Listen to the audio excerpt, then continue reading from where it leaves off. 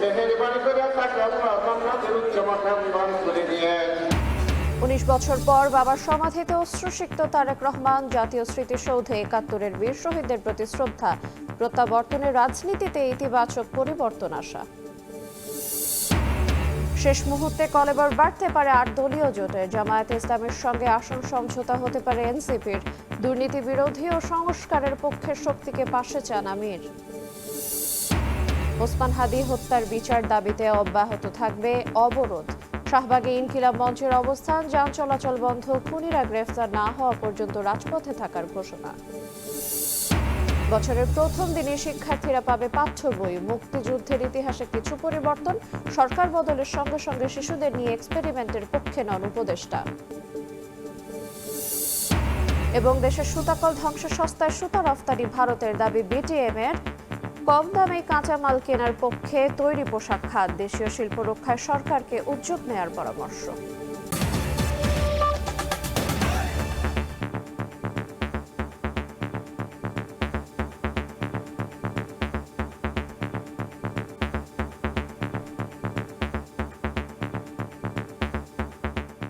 দেখছিলেন শিরোনাম। ভোরের সময় সঙ্গে আছে এরিনা আয়াত।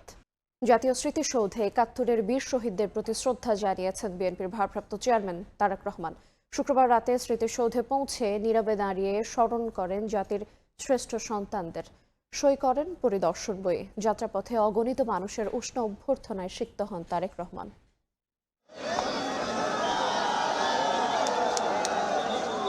রাজধানীর জিয়া উদ্যান থেকে সাফারের জাতীয় স্মৃতিসৌধ, এই যাত্রায়ও পথে পথে মানুষের ঢল। উষ্ণ অভ্যর্থনায় সিক্ত তারেক রহমান। লাল সবুজে মোড়ানো বাস থেকে নিজেও হাত নেড়ে জবাব দেন অভিবাদনের।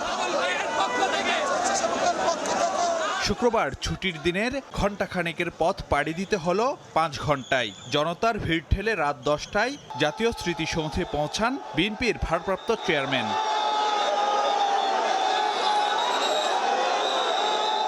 সূর্যাস্তের পর স্মৃতিসৌধে ফুল দেওয়ার রীতি না থাকায় বিকেলেই তারেক রহমানের পক্ষে বেদিতে পুষ্পস্তবক অর্পণ করেন বিএনপি নেতারা। রাতে স্মৃতিসৌধে গিয়ে ৭১-এর বীর শহীদদের স্মরণ করেন তারেক রহমান। কিছুক্ষণ নীরবে দাঁড়িয়ে শ্রদ্ধা জানান জাতির শ্রেষ্ঠ সন্তানদের। সই করেন পরিদর্শন বইয়ে। ১৭ বছর পর দেশে ফেরা তারেক রহমানের যাত্রাপথের নিরাপত্তায় এদিনও দেখা গেছে সেনাবাহিনী সহ অন্যান্য আইনশৃঙ্খলা বাহিনীর ব্যাপক তৎপরতা। জাতীয় স্মৃতিসৌধে শ্রদ্ধা নিবেদন শেষে আইনশৃঙ্খলা বাহিনীর সদস্যদের ধন্যবাদ জানান তারেক রহমান। আপনারা যারা বিকেল থেকে কষ্ট করেছেন আপনাদেরকে আন্তরিকভাবে ধন্যবাদ। সবাই ভালো থাকবেন। রাত 10:30টার পর যখন স্মৃতিসৌধ থেকে বের হন তারেক রহমান, তখনও অপেক্ষায় অগণিত মানুষ। আমাদের নেতা আমাদের সামনে এসেছে, আমরা খুবই খুশি। তো নেতা আসছে, আমাদের খুব ভালো লাগছে। আজকে আমাদের মনে হচ্ছে যে ঈদের দিন এত শীতের ভিতরে এত কষ্ট করে আছি এখানে, আমাদের কোনো কষ্টই মনে হচ্ছে না। দেশটাকে সুন্দর করে শান্তির বাংলাদেশ, সোনার বাংলাদেশ পরিণত করবেন ইনশাআল্লাহ, এটা আমরা আশা করি। নেতাকর্মীদের প্রত্যাশা, তারেক রহমানের প্রত্যাবর্তনে রাজনীতিতে আসবে ইতিবাচক পরিবর্তন, সুগম হবে গণতান্ত্রিক যাত্রা। ফারুক ভিয়া, রবিন, সময় সংবাদ, ঢাকা। 19 বছর পর বাবা শহীদ রাষ্ট্রপতি জিয়াউর রহমানের সমাধি স্পর্শের সুযোগ পেলেন বড় ছেলে তারেক রহমান। অশ্রু নয়নে জিয়ার রত করেন কবর। তার রাজস্বিক প্রত্যাবর্তনের দ্বিতীয় দিনেও অসংখ্য নেতাকর্মীর উষ্ণ অভ্যর্থনা সঙ্গী করে শুক্রবার দুপুরে গুলশানের বাসভবন থেকে রওনা হন তারেক রহমান। নেতাকর্মীদের জোয়ার ঠেলে ১৫-২ ঘণ্টায় পৌঁছান জিয়া উদ্যানে।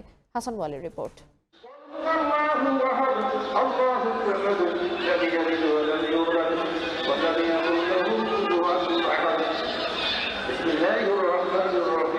এ দিনটির জন্য অপেক্ষা ছিল দীর্ঘদিনের। ১৭ বছর পর রাজস্বিক প্রত্যাবর্তনের পরের দিনই শহীদ রাষ্ট্রপতি জিয়াউর রহমানের সমাধির পাশে অশ্রুসিক্ত নয়নে বড় ছেলে তারেক রহমান। তারেক রহমান সবশেষ পিতার পাশে দাঁড়ানোর সুযোগ পেয়েছিলেন ১৯ বছর আগে, ২০০৬ সালের ১ সেপ্টেম্বর। এরপর নানামুখী ঘটনা প্রবাহ আর দেশ ত্যাগে বাধ্য হওয়ায় অপেক্ষার প্রহর বাড়তে থাকে। শুক্রবার বিকেলে সেই সময় ধরা দিল হাতে। ভালোবাসার ফুল নিবেদন করলেন বাবার সমাধিতে, দোয়া করলেন অসুস্থ মা বেগম খালেদা জিয়ার সুস্থতা এবং দেশ জাতির কল্যাণ কামনায়। তারেক রহমানের সঙ্গে দলের শীর্ষ নেতাদের পাশাপাশি অসংখ্য কর্মী সমর্থক মোনাজাতে অংশ নেন। এদিন বেলা ৩টার কিছু আগে জিয়া উদ্যানের উদ্দেশ্যে গুলশানের বাসভবন থেকে বের হন তারেক রহমান। লাল সবুজ পতাকার ব্র্যান্ডিং এর গাড়িতে রওনা হন তিনি, সঙ্গী হন হাজারো জনতা। তাদের উষ্ণ অভিবাদনের মধ্য দিয়ে জিয়া উদ্যানে আসতে সময় লেগে যায় প্রায় পৌনে ২ ঘন্টা।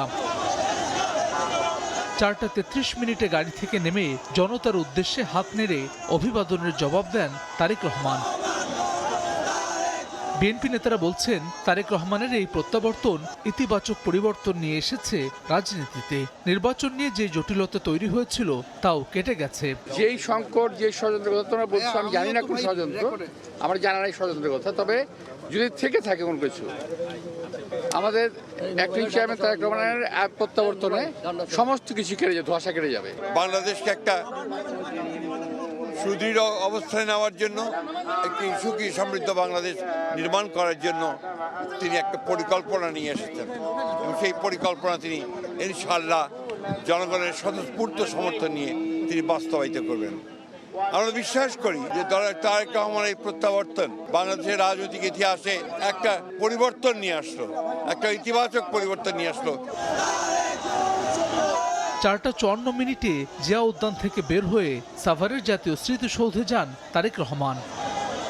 বিএনপির প্রতিষ্ঠাতা শহীদ প্রেসিডেন্ট জিয়াউর রহমানের সমাধিতে শ্রদ্ধা জানানোর মধ্য দিয়ে সশরীরে দেশের মাটিতে রাজনীতির পুনরায় সূচনা হলো তারেক রহমানের। ত্রয়োদশ জাতীয় সংসদ নির্বাচনকে সামনে রেখে জিয়াউর রহমানের ধানের শীষকে তৃণমূলে পৌঁছে দেওয়া এখন তার প্রধানতম লক্ষ্য। বিএনপি সেই পরিকল্পনায় প্রণয়ন করছে। হাসান ওয়ালি, সময় সংবাদ, জিয়া উদ্যান, ঢাকা। আজ ভোটার হচ্ছেন বিএনপির ভারপ্রাপ্ত চেয়ারম্যান তারেক রহমান। একই সঙ্গে জাতীয় পরিচয়পত্র সংগ্রহেরও কথা রয়েছে তার। 22 ডিসেম্বর সিইসির সঙ্গে বৈঠক করে বিএনপির স্থায়ী কমিটির সদস্য সালাউদ্দিন আহমেদ জানান, আজ ভোটার ও এনআইডি সংক্রান্ত কাজ করবেন তারেক রহমান। নির্বাচনে অংশ নিতে ইতোমধ্যে বগুড়া 6 আসন থেকে তার পক্ষে মনোনয়নপত্র সংগ্রহ করা হয়েছে। মনোনয়নপত্র জমা দেওয়ার সময় সংযুক্ত করতে হয় জাতীয় পরিচয়পত্র সহ প্রয়োজনীয় নথি।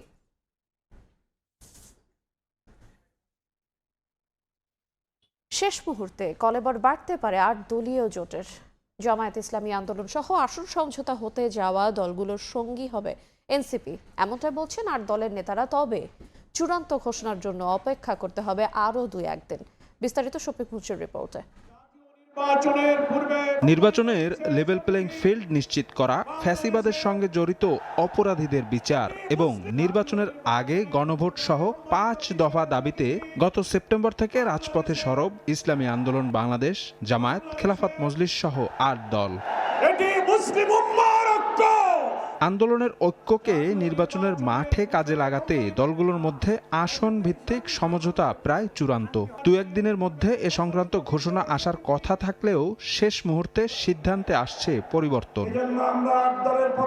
8 দলের নেতারা বলছেন, এনসিপি সহ আরও কয়েকটি দল তাদের সঙ্গে নির্বাচনী আসন সমঝোতায় ইচ্ছুক। এসব দলের আগ্রহের বিষয়টিকে গুরুত্ব দিয়ে 8 দলের মধ্যে বিস্তৃত হয়েছে আলোচনা। অনেক দলের সাথেই আমাদের আলোচনা হচ্ছে, এক্ষেত্রে এনসিপিরও সাথে যোগাযোগ আছে। একটা চূড়ান্ত পর্যায়ের দিকে আমরা যাচ্ছি।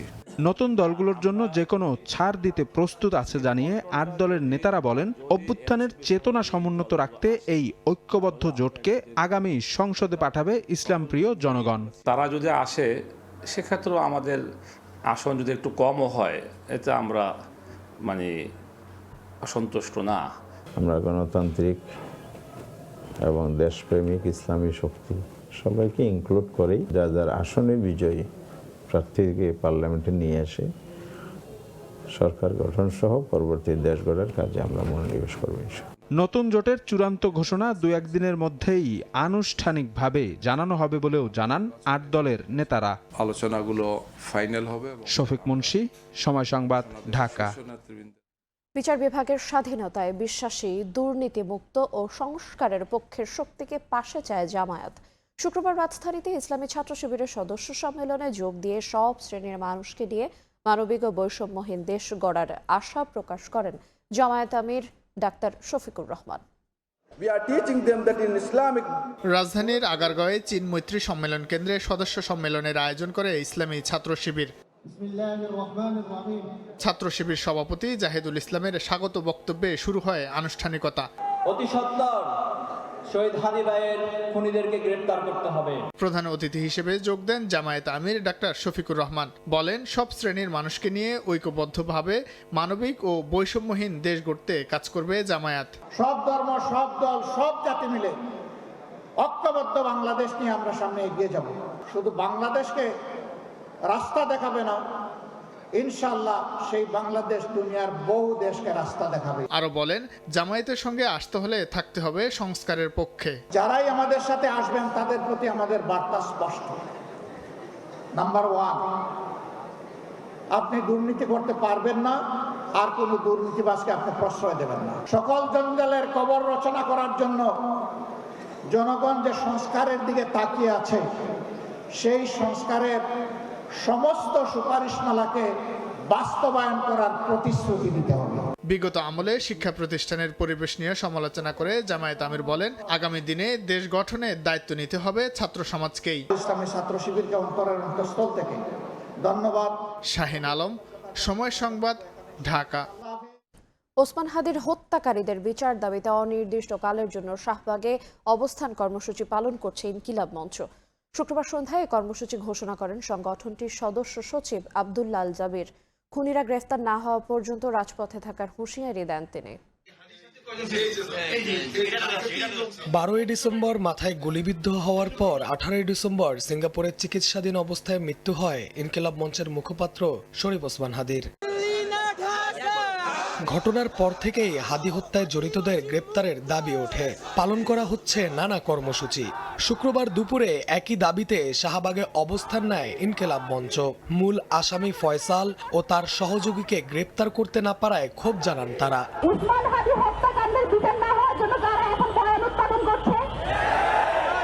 হত্যাকাণ্ডে জড়িতরা গ্রেফতার না হওয়া পর্যন্ত শাহবাগে অনির্দিষ্টকালের অবস্থান কর্মসূচির ঘোষণা দেয় ইনকিলাব মঞ্চ। যতক্ষণ পর্যন্ত হাদি ভাইয়ের খুনিদের ব্যাপারে সুস্পষ্ট কোনো ব্যাখ্যা আমরা না পাবো ততক্ষণ পর্যন্ত এখান ছেড়ে যাচ্ছি না। এবং আজকের এই কর্মসূচি থেকেই এই অবরোধ, আজকে এখন থেকে আমরা এই অবরোধের ঘোষণা দিলাম শাহবাগ থেকে। ছোট মেয়েটি সে বলে, বাবা এই যে আমাদের যে হাদি ভাইকে মেরে ফেলেছে তার হত্যার বিচার হওয়া উচিত, চলো আমরা একটু যাই করে। তাই মেয়েকে নিয়ে মতো এই হত্যার বিচারের দাবিতে আমি নিজেও আসছি। প্রকৃত খুনিকে হাজির না করবে, জনসম্মুখে জুলাই যোদ্ধাদের সামনে দৃশ্যমান না করবে, ততদিন পর্যন্ত এই কর্মসূচি চলবে এবং শাহবাগ থেকে আমরা সারা দেশে এই আন্দোলন ছড়িয়ে দিব। ইনকিলাব মঞ্চের অবস্থান কর্মসূচির কারণে শাহবাগ মোড়ে বন্ধ হয়ে যায় যান চলাচল। নাইম হাসান, সময় সংবাদ, ঢাকা। এবারও বই উৎসব না হলেও বছরের প্রথম দিনই শিক্ষার্থীদের হাতে পাঠ্য বই পৌঁছে যাবে বলে জানিয়েছেন প্রাথমিক ও গণশিক্ষা উপদেষ্টা ডাক্তার বিধান রঞ্জন রায়। আরও জানান, নতুন বইয়ে মুক্তিযুদ্ধের ইতিহাস সহ বিষয়বস্তুতে কিছু পরিবর্তন আনার পাশাপাশি প্রথমবারের মতো অভিভাবকদের জন্য 2 কোটি গাইড বই ছাপা হচ্ছে। তবে রাজনৈতিক পট পরিবর্তনের সঙ্গে সঙ্গে বইয়ে পরিবর্তনের মাধ্যমে শিশুদের নিয়ে এক্সপেরিমেন্টের পক্ষে নন উপদেষ্টা। প্রসূন আশিসের রিপোর্ট। 2009 সালে প্রাক প্রাথমিক থেকে মাধ্যমিকের শিক্ষার্থীদের বিনামূল্যে পাঠ্য বই দেওয়ার সিদ্ধান্ত হয়। এর পরের বছর থেকেই 1 জানুয়ারিতে শুরু হয় বই উৎসবের রেওয়াজ। এতে নতুন বইয়ের ঘ্রাণে উৎফুল্ল হতো শিক্ষার্থীদের মন। তবে গত জানুয়ারিতে বই উৎসব না হওয়ায় 1.5 দশকের সেই রীতিতে ভাটা পড়ে। এছাড়া বছরের প্রথম দিনে সব শিক্ষার্থী সব বই হাতে পায়নি বলেও অভিযোগ ওঠে। তবে বই উৎসব না হলেও এবার বছরের প্রথম দিনেই সব স্কুলে নতুন বই পৌঁছে যাবে বলে নিশ্চিত করেছেন প্রাথমিক ও গণশিক্ষা উপদেষ্টা। পাঠ্য বইয়ের বিষয়বস্তুতে কিছু পরিবর্তন আনার পাশাপাশি শিশুর বিকাশে প্রথমবারের মতো এবার অভিভাবকদের জন্য 2 কোটি গাইড বইও ছাপার কথা জানান তিনি। বইগুলো ছাপা হয়ে গেছে আগেই, প্রাইমারি স্কুলগুলো লেভেলে বই পৌঁছে যাচ্ছে। শিশুদের ডেভেলপমেন্টটা কীভাবে হয় তার যদি একটা আইডিয়া থাকে, তার কাছে কি এক্সপেক্টেড, তার সঙ্গে কেমন আচরণ করা দরকার, কেমনটা করা দরকার না, সেই সব বিবেচনা করে আমরা কিন্তু একটা গাইড বই তৈরি করেছি, অভিভাবক নির্দেশিকা। বাংলাদেশের ইতিহাস প্রসঙ্গে আসছে, কিছু চেঞ্জ হয়েছে, হয়তো গল্প, কবিতা, এইসব ছোটোখাটো কিছু কিছু চেঞ্জ হয়েছে। আমরা সত্যিকার অর্থে শিক্ষার গুরুত্ব বুঝি না। আমাদের তো এক ধরনের মিনিমাম ঐক্যমত্যে পৌঁছানো দরকার, যে আমরা অন্ততপক্ষে বাচ্চাদের ক্ষেত্রে তো এক্সপেরিমেন্টে যাব না। এদিকে প্রাথমিকের প্রধান শিক্ষকের বেতন স্কেল 10ম গ্রেডে উন্নীত করা হয়েছে। শিগগিরই 11তম গ্রেডের আওতায় আনা হবে সহকারী শিক্ষকদেরও। এছাড়া শিক্ষকদের মূল্যায়নে একটি আলাদা প্রতিষ্ঠান করার সিদ্ধান্তের কথাও জানান উপদেষ্টা।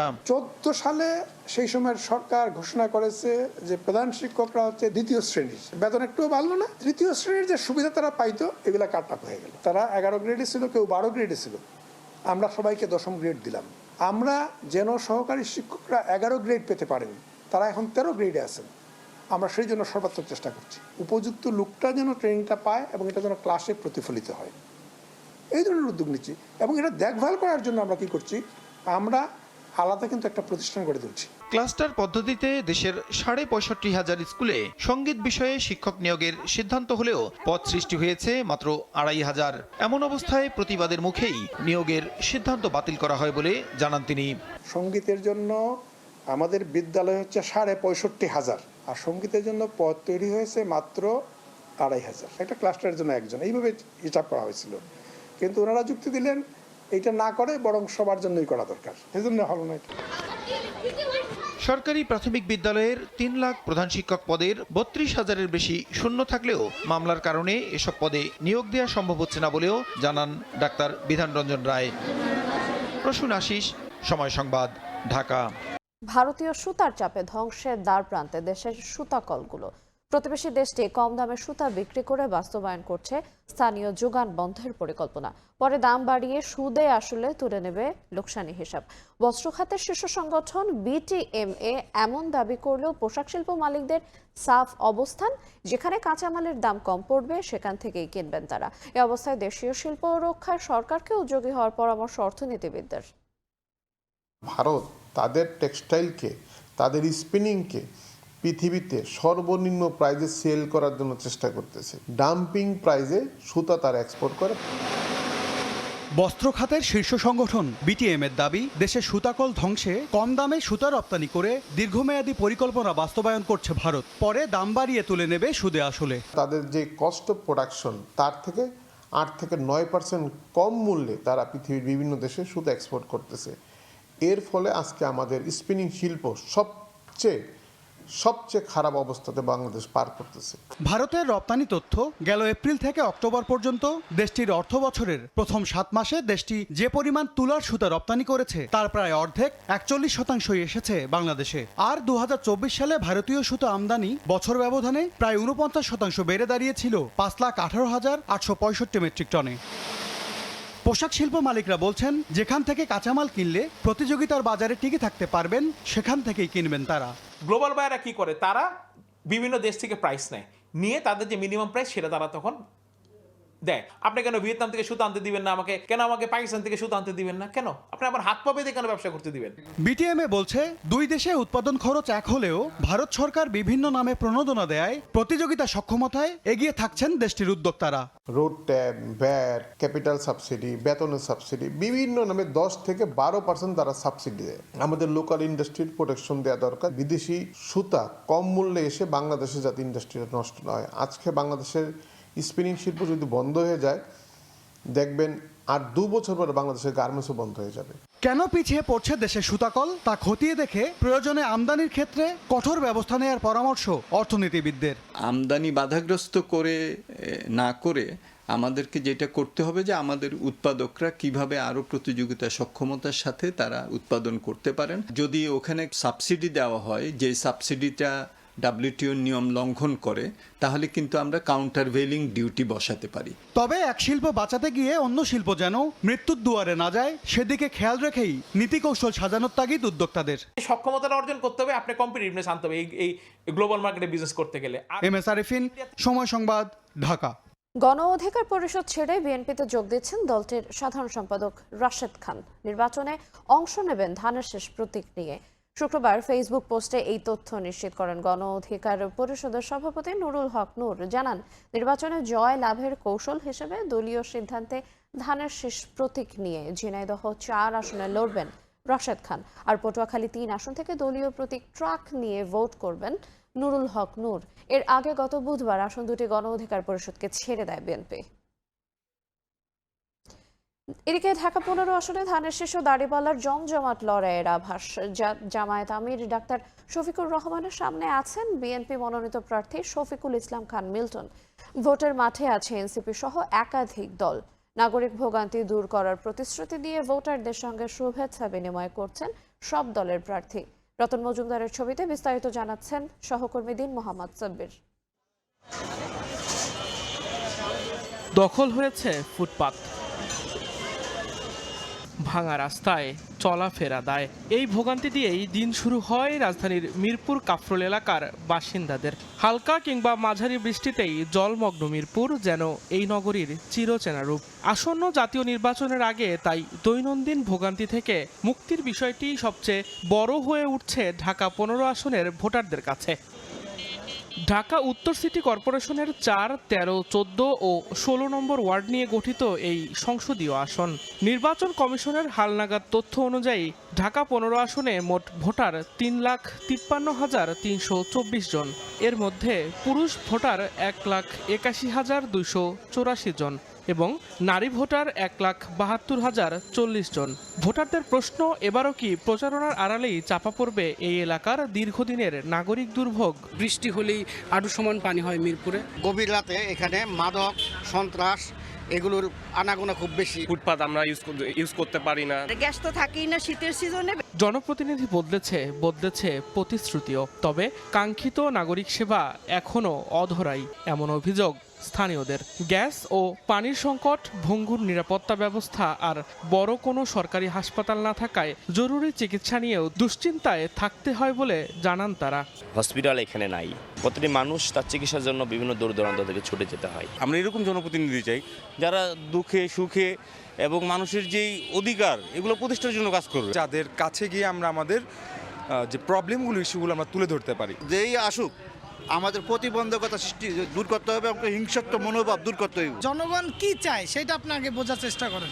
যদি সেটা হয় তাহলে আপনি ভালো থাকবেন, আমরা ভালো থাকবো। এরই মধ্যে ঢাকা 15 আসনের অলিগলিতে বইতে শুরু করেছে নির্বাচনের হাওয়া। প্রার্থীদের প্রচারণা আর নানা প্রতিশ্রুতিতে সরগরম চারপাশ। এই আসনে প্রতিদ্বন্দ্বিতা করছেন বিএনপি, জামাত ও এনসিপি মনোনীত প্রার্থীদের পাশাপাশি একাধিক স্বতন্ত্র প্রার্থীও। ঢাকা 15 আসনে জামায়াতের প্রার্থী হিসেবে লড়ছেন দলটির আমির ডাক্তার শফিকুর রহমান। দলীয় কার্যক্রমের পাশাপাশি নির্বাচনী এলাকায় গণসংযোগ চালাচ্ছেন তিনি। জামায়াত আমিরের নির্বাচন পরিচালনা কমিটির প্রতিনিধি জানান, জনগণের চাওয়া পাওয়াকে গুরুত্ব দিয়ে জনবান্ধব ইস্তেহার বাস্তবায়নে কাজ করবেন ডাক্তার শফিকুর রহমান। মানুষ যদি তাদের সেবক বা সেবা করার সুযোগ দেয়, আমরা সেবক হিসেবেই মানুষ সেবা করতে চাই। আমাদের কাছে গিয়ে আপনার দাবি পেশ করার দরকার নেই, আমরাই আপনাদের কাছে এসে আমাদের সলিউশন দেওয়ার চেষ্টা করব। এই আসনে জামায়াত আমিরের প্রতিদ্বন্দ্বী বিএনপি মনোনীত প্রার্থী আলোচিত যুবদল নেতা শফিকুল ইসলাম খান মিল্টন। নানা কর্মসূচির মাধ্যমে ভোটারদের কাছে যাচ্ছেন তিনি। যাকে আমরা আমাদের সমস্যার কথাটা গিয়ে কাছাকাছি বলতে পারবো, সেই মানুষটাকে ঢাকা 15 আসন মানুষ বেছে নেবে। একটা নির্বাচনে প্রতিদ্বন্দ্বিতা করতে গেলে কাউকে খাটো করে দেখার কিছু নেই। আমি আমার চেষ্টা করব, উনিও আমার চেষ্টা করবে। ভোট দিবে জনগণ যে রায় দেবে সবাইকে মেনে নিতে হবে।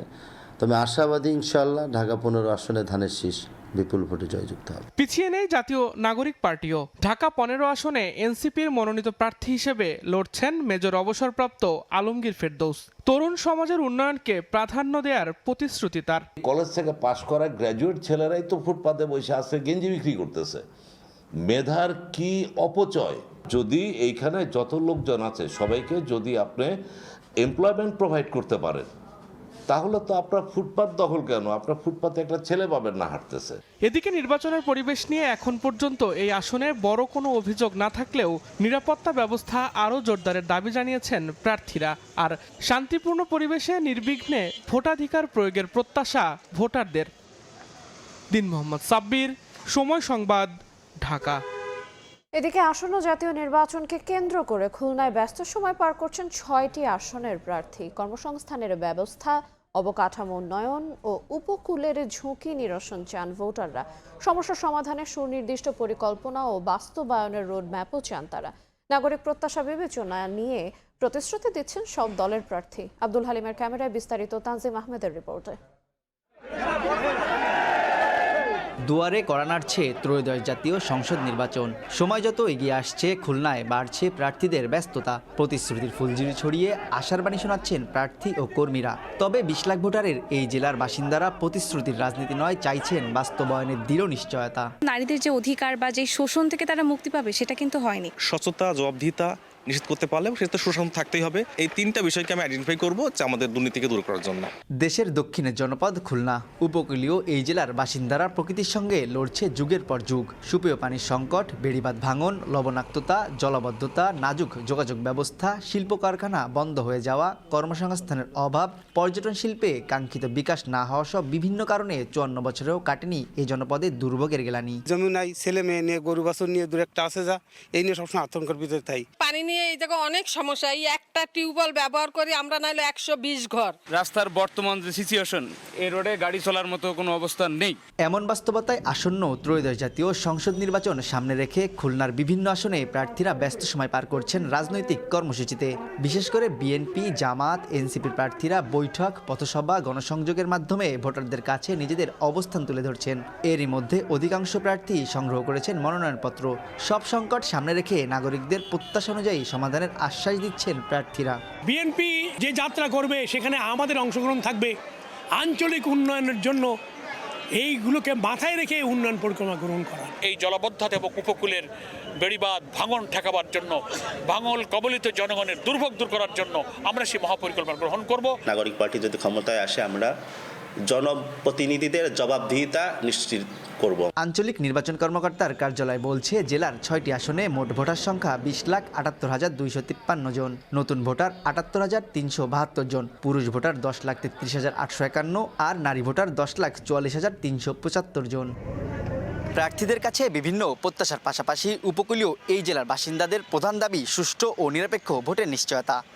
তবে দিন দিন উত্তপ্ত হয়ে ওঠা এই নগরে নাগরিক নিরাপত্তা নিশ্চিত করা না গেলে তার প্রভাব পড়তে পারে পুরো নির্বাচনী প্রক্রিয়ায়, এমন আশঙ্কার কথা বলেছেন রাজনৈতিক বিশ্লেষকরা। খুলনা থেকে তানজিম আহমেদ, সময় সংবাদ। ধানের রাজধানী নওগাঁ। বছরে উৎপাদন হয় প্রায় 28 লাখ টন। দেশের অন্যতম শীর্ষ আম উৎপাদনকারী জেলাও নওগাঁ। কৃষিতে এগিয়ে থাকলেও হয়নি কাঙ্ক্ষিত শিল্পায়ন, তাই প্রতি বছর দীর্ঘ হচ্ছে শিক্ষিত বেকারের তালিকা। 4 লেন প্রকল্প 1 দশক ধরে আটকে থাকায় শহরে তৈরি হয়েছে অচল অবস্থা। পর্যটন খাতে দারুণ সুযোগ থাকলেও তা কাজে লাগানো যায়নি। গবেষকরা বলছেন, টেকসই উন্নয়নে এগিয়ে নিতে এখনই প্রয়োজন কার্যকর ও দীর্ঘমেয়াদী পরিকল্পনা। নওগাঁর সংকট ও সম্ভাবনার সেই গল্প তুলে ধরেছেন এমআর রকি, ছবি তুলেছেন রকিবুল ইসলাম।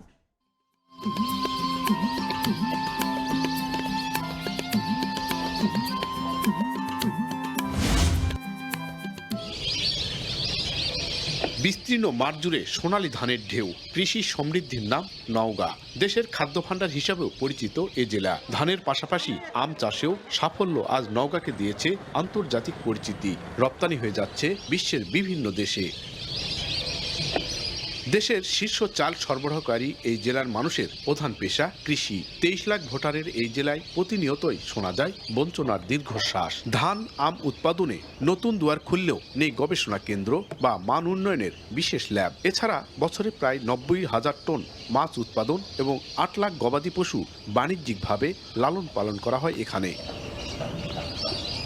তবুও কৃষির এই সমৃদ্ধি পুরো শক্তি নিয়ে দাঁড়াতে পারেনি, কারণ দীর্ঘদিনেও গড়ে ওঠেনি কৃষি ভিত্তিক কোনো উল্লেখযোগ্য শিল্প। 3,000 টাকা বিঘা কাটা, কিভাবে দাম উঠছে? এই ধান নিম্নত 1500 টাকা মন বিক্রি করতে হবে। মেধার ভিত্তিতে, ঘুষের দাবিতে, মামা খালুর দাবিতে চাকরি নয়, মেধার ভিত্তিতে যেন চাকরি বাকরি বা আমাদের বেকারত্ব দূর হয়। যানজট মুক্ত নওগাঁ শহর এবং পরিচ্ছন্ন শহর আমরা প্রত্যাশা করি। গ্যাস সংযোগ না থাকায় বাড়তি উৎপাদন ব্যয় সামলাতে না পেরে ছোট ছোট কলকারখানাগুলো মাথা তুলতে পারছে না। নানা সংকটে বন্ধ হয়ে গেছে ধান চাল কেন্দ্রিক শত শত মিল চাতাল। নওগাঁ তো ইজিলি একটা অর্থনৈতিক অঞ্চল হতে পারে, কৃষিভিত্তিক অর্থনৈতিক অঞ্চল হতে পারে। তো এই নওগাঁ শহরে যদি একটি খাদ্য প্রসেসিং জোন তৈরি করা যায়, এই ধরনের উদ্যোগ নওগাঁর এই সম্ভাবনাময় নওগাঁকে আরো সামনের দিকে এগিয়ে নিয়ে যাবে। নওগাঁয় মেডিকেল কলেজ অনুমোদন পেলেও পূর্ণাঙ্গ অবকাঠামো গড়ে ওঠেনি এখনো। দীর্ঘদিন ধরে বরাদ্দ বৈষম্যের শিকার এই জেলা সমঅধিকার ও সম উন্নয়নের দাবিতে আন্দোলন হলেও বাস্তবায়ন হয়নি বড় কোনো প্রকল্প।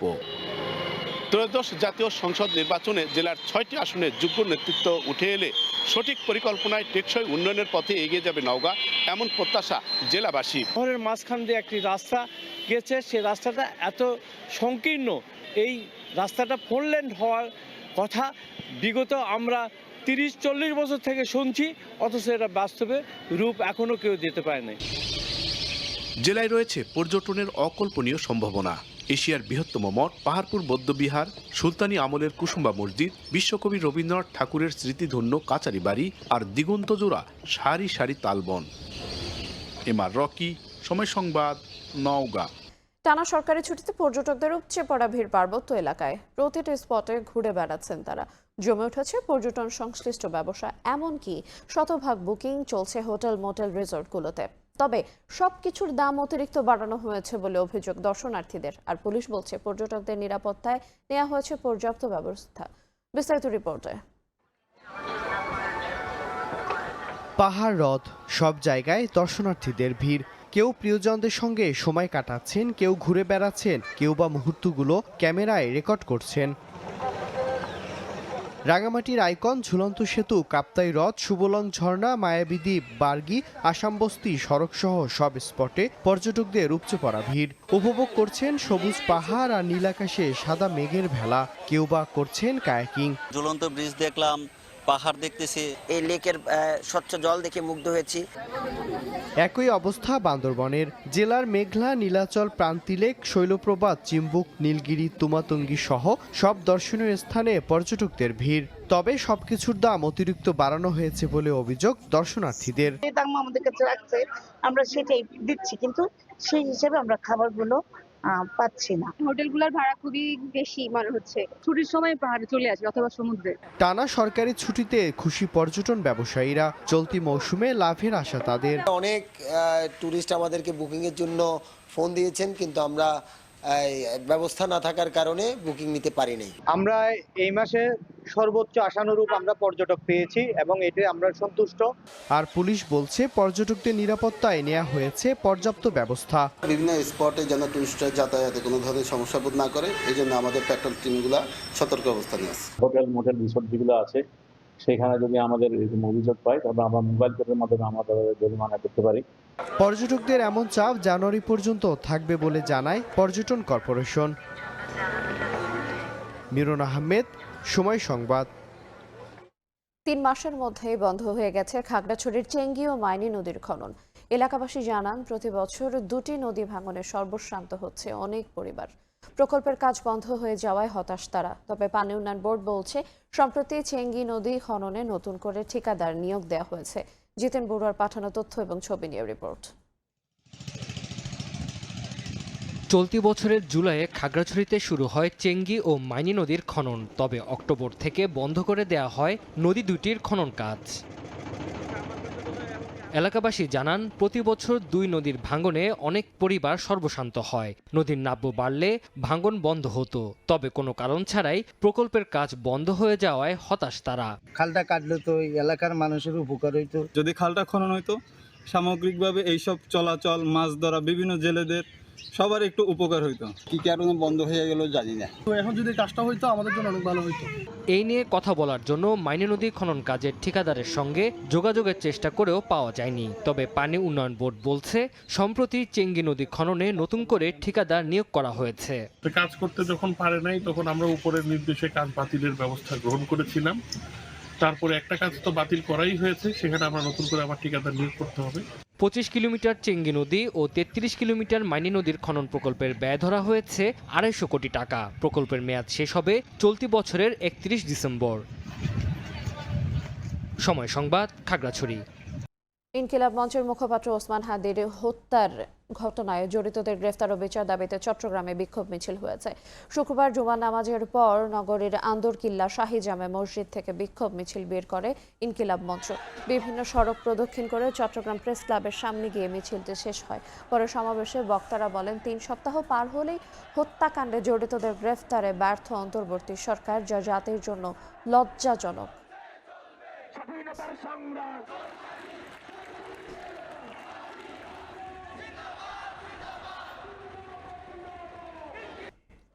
ময়মনসিংহে দীপু চন্দ্র দাসকে নৃশংসভাবে হত্যার প্রতিবাদে গোপালগঞ্জে বিক্ষোভ হয়েছে। শুক্রবার দুপুরে শহরের কেন্দ্রীয় কালীবাড়ি থেকে বিক্ষোভ মিছিল বের করে বাংলাদেশ জাতীয় হিন্দু মহাজোট। মিছিলটি শহরের বিভিন্ন সড়ক প্রদক্ষিণ করে স্থানীয় প্রেস ক্লাবের সামনে গিয়ে শেষ হয়। সেখানে মানববন্ধন কর্মসূচি করা হয়। এ সময় দীপু হত্যায় জড়িতদের দৃষ্টান্তমূলক শাস্তির দাবি জানান বক্তারা। নোয়াখালী থেকে মিয়ানমারে পাচারকালে 770 বস্তা সিমেন্ট সহ 2 জনকে আটক করা হয়েছে। শুক্রবার বিকেলে সংবাদ বিজ্ঞপ্তিতে কোস্টগার্ড জানায় ভোরে হাতিয়ার টাঙ্কির খাল এলাকায় অভিযান চালানো হয়। এ সময় একটি বোট তল্লাশি করলে কর ফাঁকি দিয়ে পাচারের উদ্দেশ্যে রাখা 770 বস্তা সিমেন্ট জব্দ করা হয়। আটক করা হয় পাচারের সঙ্গে জড়িত 2 জনকে।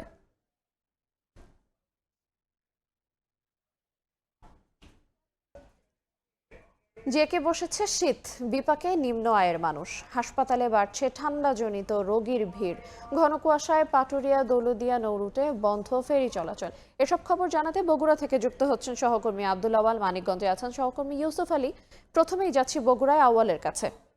ক্ষেত্র জেলা বগুড়ায় কিন্তু শীত একেবারে জেকে বসেছে। বিশেষ করে দিনের আলো ফোটার সঙ্গে সঙ্গে যে কুয়াশার তীব্রতা সেটি কিন্তু একেবারে স্পষ্ট হয়ে উঠছে। আজকে বগুড়া যে ঢাকা রংপুর মহাসড়কে আমরা দাঁড়িয়ে আছি, এই ঢাকা শহরেও আমরা দেখেছি যে সড়কগুলোতে ঠিক এক হাত সামনে আসলে কি আছে এইটুকু বোঝার একেবারে কোনো উপায় নেই। বিশেষ করে এখন পর্যন্ত বেলা 7টা করেও কিন্তু যেই যানবাহন গুলো রয়েছে, হালকা থেকে ভারী যে যানবাহন গুলো সেগুলো কিন্তু তাদের যে হেডলাইট গুলো রয়েছে সেগুলো কিন্তু জ্বালিয়ে এবং খুবই হালকা গতিতে কিন্তু যানবাহন গুলো চলাচল করছে এবং দুর্ঘটনার সংখ্যা নিয়ে তারা চলাচল করছে। এবং আমরা দেখেছি শহরের যে গুরুত্বপূর্ণ মোড় গুলো রয়েছে যেগুলোতে আসলে ভোরের আলো ফোটার সঙ্গে সঙ্গে ব্যস্ততা জেকে বসে, সেগুলোতে কিন্তু একেবারে মানুষজন নেই বললেই চলে। বিশেষ করে এই যে শীতের তীব্রতা এবং এই শীতের তীব্রতায় কিন্তু উত্তরের যে বগুড়ার যে সাধারণ খেটে খাওয়া মানুষগুলো রয়েছে যারা একেবারে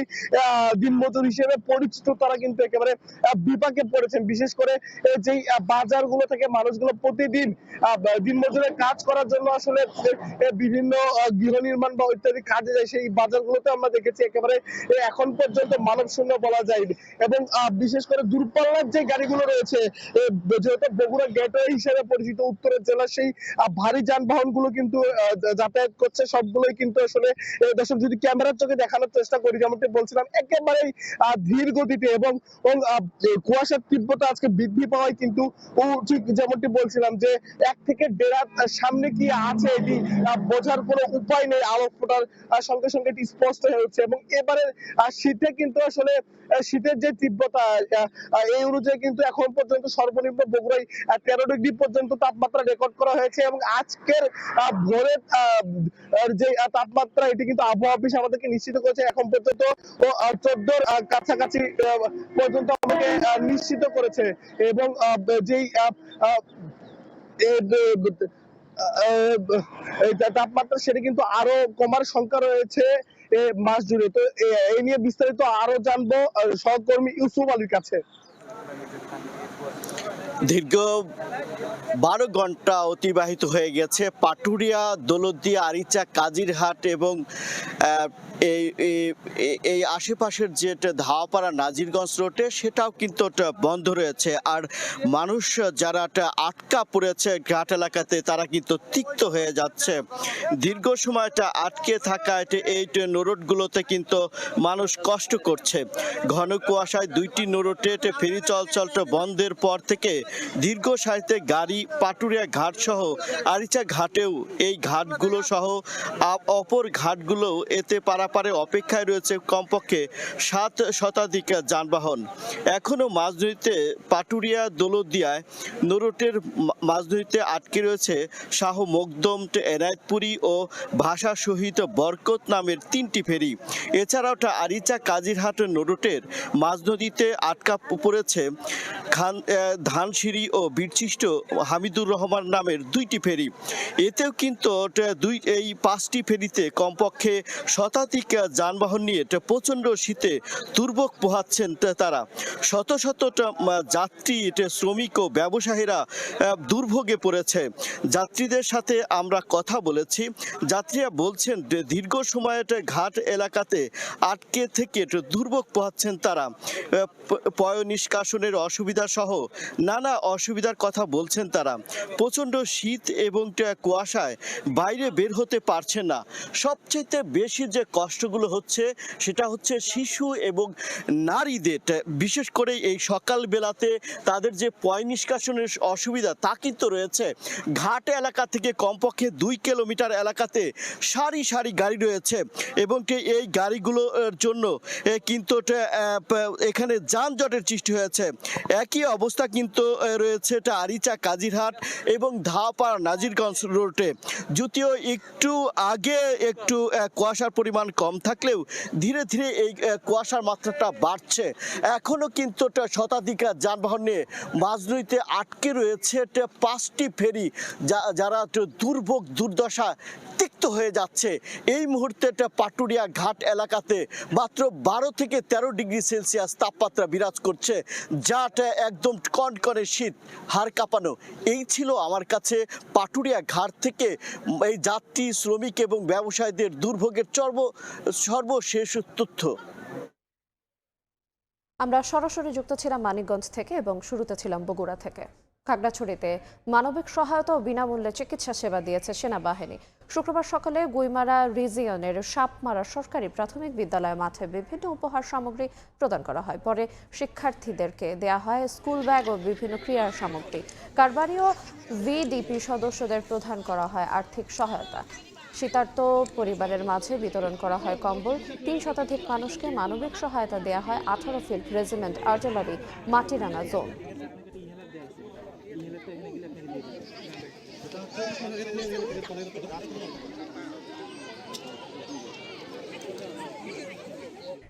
গাজীপুরের শফিউদ্দিন সরকার একাডেমি অ্যান্ড কলেজের প্রাক্তন শিক্ষার্থীদের পুনর্মিলনী অনুষ্ঠিত হয়েছে। শুক্রবার সকালে বিভিন্ন আয়োজনের মধ্য দিয়ে শুরু হয় পুনর্মিলনীর আনুষ্ঠানিকতা। দিনব্যাপী উৎসব মুখর থাকে বিদ্যালয় প্রাঙ্গণ। এ সময় উপস্থিত ছিলেন প্রতিষ্ঠানটির সভাপতি ডাক্তার সাইদুল ইসলাম সেলিম, প্রতিষ্ঠাতা হাসান উদ্দিন সরকার সহ অনেকে। বহুদিন পর প্রাণের বিদ্যাপীঠে ফিরে উচ্ছ্বাস প্রকাশ করেন প্রাক্তন শিক্ষার্থীরা।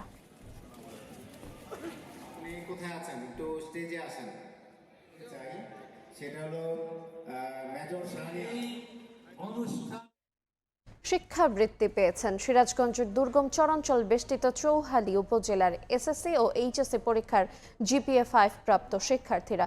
শুক্রবার বিকেলে জাতীয় প্রেস ক্লাবে বর্ণাঢ্য আয়োজনের মধ্য দিয়ে এই শিক্ষার্থী বৃত্তি দেয় ঢাকাস্থ চৌহালি উপজেলা কল্যাণ সমিতি। এ সময় শতাধিক শিক্ষার্থীকে নগদ অর্থ, ক্রেস্ট ও বই উপহার দেওয়া হয়। অনুষ্ঠানে সভাপতিত্ব করেন সংগঠনের সভাপতি নজরুল ইসলাম মণ্ডল। প্রধান অতিথি হিসেবে উপস্থিত ছিলেন মাধ্যমিক ও উচ্চ শিক্ষা অধিদপ্তরের যুগ্ম পরিচালক অধ্যাপক আমিনুল ইসলাম। তিনি বলেন, আন্তর্জাতিক প্রতিযোগিতায় টিকে থাকতে শিক্ষার্থীদের তথ্য ও প্রযুক্তিতে দক্ষ হতে হবে এবং প্রযুক্তিতে জ্ঞান অর্জনের কাজে ব্যবহার করতে হবে।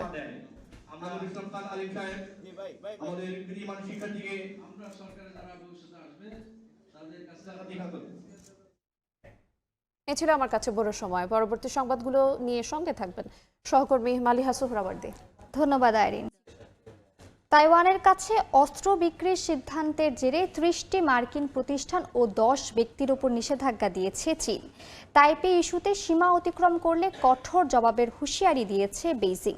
চীনের বাড়তে থাকা চাপের মধ্যে এবার অভ্যন্তরীণ রাজনৈতিক দ্বন্দ্বে বিপাকে পড়েছেন তাইওয়ানের প্রেসিডেন্ট লাই চিংতে।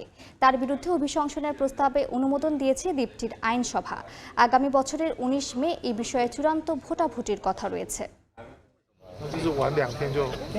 তাইওয়ানে অস্ত্র বিক্রি নিয়ে যুক্তরাষ্ট্র চীনের মধ্যে দীর্ঘদিন ধরে উত্তেজনা চলছে। সম্প্রতি দ্বীপটির কাছে $1,110 কোটি অস্ত্র বিক্রির মার্কিন অনুমোদন সেই আগুনে ঘি ঢালে। এর জেরে এবার বেশ কয়েকটি মার্কিন প্রতিষ্ঠান ও কয়েকজন ব্যক্তির ওপর নিষেধাজ্ঞা দিয়েছে চীন।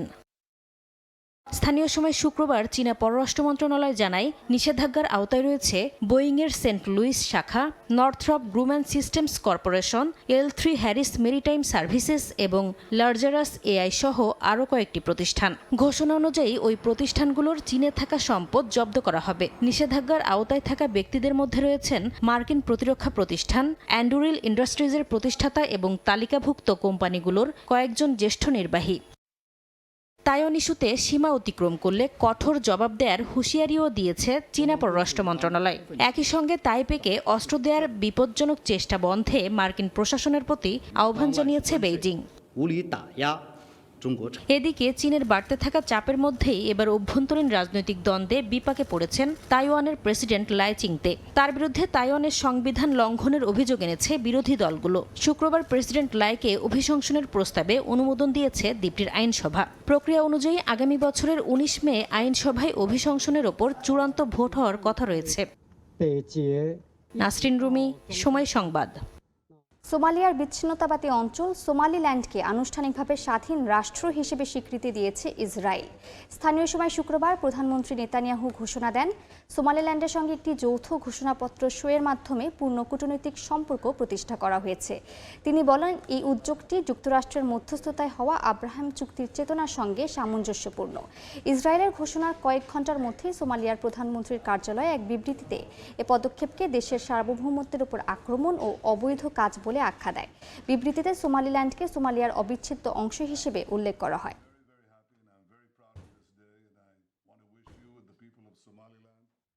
বড়দিনে শিশুদের সঙ্গে ফোনে কথা বলে শুভেচ্ছা বিনিময় করেছেন যুক্তরাষ্ট্রের প্রেসিডেন্ট ডোনাল্ড ট্রাম্প ও ফার্স্ট লেডি মেলানিয়া ট্রাম্প। নোর্যাডের সান্তা ট্র্যাকার ব্যবহার করে সান্তার যাত্রা দেখার বিষয়েও জানান তারা। একই দিনে প্লাম বিচের মার আলাগোতে এক বিশেষ ডিনার অনুষ্ঠানেরও আয়োজন করেন মার্কিন প্রেসিডেন্ট।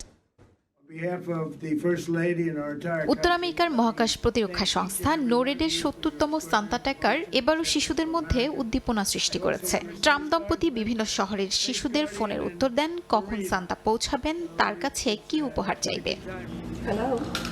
ফার্স্ট লেডি মেলানিয়া ট্রাম্পও শিশুদের সঙ্গে আলাপ করেন। শিশুদের কৌতূহল ও আনন্দে ফোন সংলাপ চলতে থাকে। কখন সান্তা পৌঁছাবে এমন সব প্রশ্নে প্রেসিডেন্ট উত্তরও দেন। 4 বছর বয়সী এক শিশুকে ট্রাম্প মজার ছলে বলেন, সান্তা সবার জন্য ভালো, তাদের দেশে হানিকর সান্তা ঢুকতে দেয়া হয় না। সান্তা একজন খুবই ভালো মানুষ। আমরা নিশ্চিত করেছি কোনো খারাপ সান্তা আমাদের দেশে ঢুকে পড়ছে না। এটা ভালো সান্তা, তোমাদের ভালোবাসে যেমনটা আমি তোমাদের ভালোবাসি।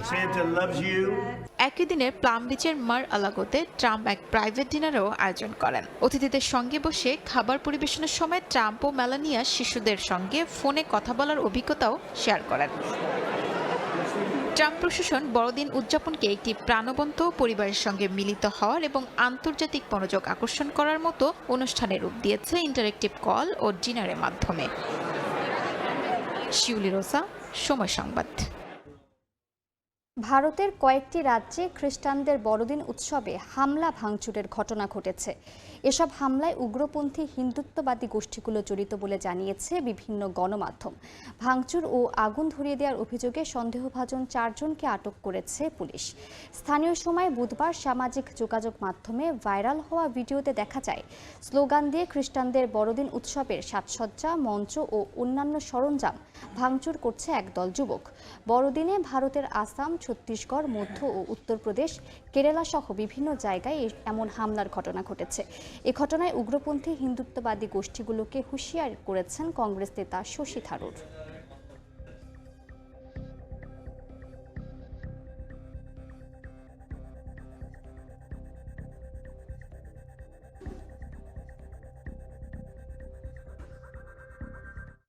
ভারতের মুর্শিদাবাদে বাবরি মসজিদের আদলে মসজিদ নির্মাণের এলাকায় প্রতিদিন ভিড় করছেন হাজারো মুসলমান দর্শনার্থী। অনেকে অস্থায়ী মসজিদে নামাজ আদায় করছেন। দেশটির বিভিন্ন প্রান্ত থেকে যাওয়া মানুষ এই মসজিদ নির্মাণের জন্য অর্থ দান করছেন। সংশ্লিষ্টরা বলছেন, মসজিদ নির্মাণের জন্য সরকারি কোনো অনুদান নেওয়া হবে না। মুর্শিদাবাদ থেকে বিস্তারিত জানাচ্ছেন সুব্রত আচার্য। ভারতের মুর্শিদাবাদে বাবরি মসজিদের আদলে একটি মসজিদের ভিত্তিপ্রস্তর স্থাপনের পরই এলাকাটি কার্যত মুসলিম দর্শনার্থীদের আগ্রহের কেন্দ্রে পরিণত হয়েছে। প্রতিদিনই এখানে আসছেন অসংখ্য মানুষ। এমনকি পরিস্থিতি নিয়ন্ত্রণে রাখতে জেলা পুলিশকে বাড়তি ফোর্সও মোতায়েন করতে হয়েছে। 12 নম্বর জাতীয় সড়ক ঘেঁষে এই মসজিদ নির্মাণ করা হবে, ফলে খুব সহজেই বাস যাত্রীরাও এসে নামাজ আদায় করতে পারবেন। অনেকেই এরই মধ্যে এখানে গড়ে ওঠা অস্থায়ী মসজিদে নামাজ আদায় করছেন। আর আমাদের নিজের টাকায় আমরা মসজিদ করছি, আমরা কারোর সাথে 10 টাকা চাইতে যাই। শুক্রবার দিন কিছু পয়সা দিয়েছিলাম, আজ কিছু ইট নিয়ে এসছে সঙ্গে করে, কিছু পয়সাও দিয়েছি। গত শুক্রবার লোক এসেছিল মোটামুটি 4 থেকে 5 লাখ হবে। আজকেও ধরুন যা লোক এসছে মোটামুটি 5-6 মধ্যে হবে। আল্লাহর কাছে আমরা ফরিয়াদ করলাম যে আল্লাহ যেন সুস্থভাবে সরলভাবে এই মসজিদটা আমাদের হয়। মসজিদ নির্মাণের স্থানে প্রতিদিন অসংখ্য মানুষের সমাগমে গড়ে উঠেছে একটি অস্থায়ী মেলা প্রাঙ্গণও। বিক্রি হচ্ছে বাবরি মসজিদের স্টিকার, টি শার্টও। ভিত্তিপ্রস্তর স্থাপনের দিন থেকেই বিভিন্ন প্রান্ত থেকে আসা হাজারো মানুষ মসজিদ নির্মাণের জন্য অর্থ দান করছেন। এমনকি হাজার হাজার কিলোমিটার দূর থেকেও মানুষ এক একটি করে ইট নিয়ে আসছেন। মসজিদ নির্মাণের জন্য সরকারি কোনো অনুদান নেওয়া হবে না বলে জানিয়েছেন সংশ্লিষ্টরা। 1992 সালের 6 ডিসেম্বর ভারতের উত্তরপ্রদেশের অযোধ্যায় ঐতিহাসিক বাবরি মসজিদ ভেঙে ফেলা হয়। ওই ঘটনার 33 বছর পর চলতি মাসের 6 তারিখ বেলডাঙ্গার এই মাটিতেই বাবরি মসজিদের আদলে একটি মসজিদের ভিত্তিপ্রস্তর স্থাপন করা হয়। তবে কবে নাগাদ মসজিদের নির্মাণ কাজ শুরু হবে সে বিষয়ে এখনো স্পষ্ট করে কিছু জানানো হয়নি।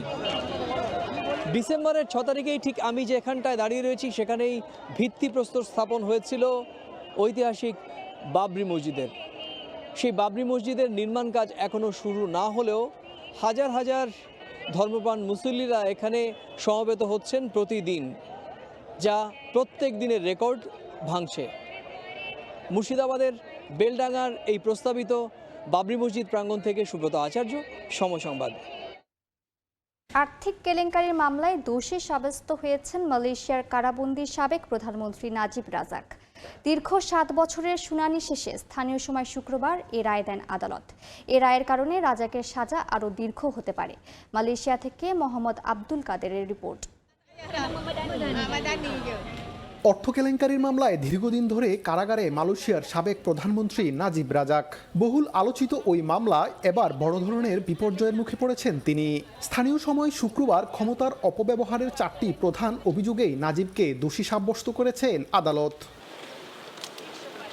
দীর্ঘ 7 বছরের আইনি লড়াই শেষে পুত্রজায়ার প্যালেস অফ জাস্টিস এই ঐতিহাসিক রায় ঘোষণা করেন।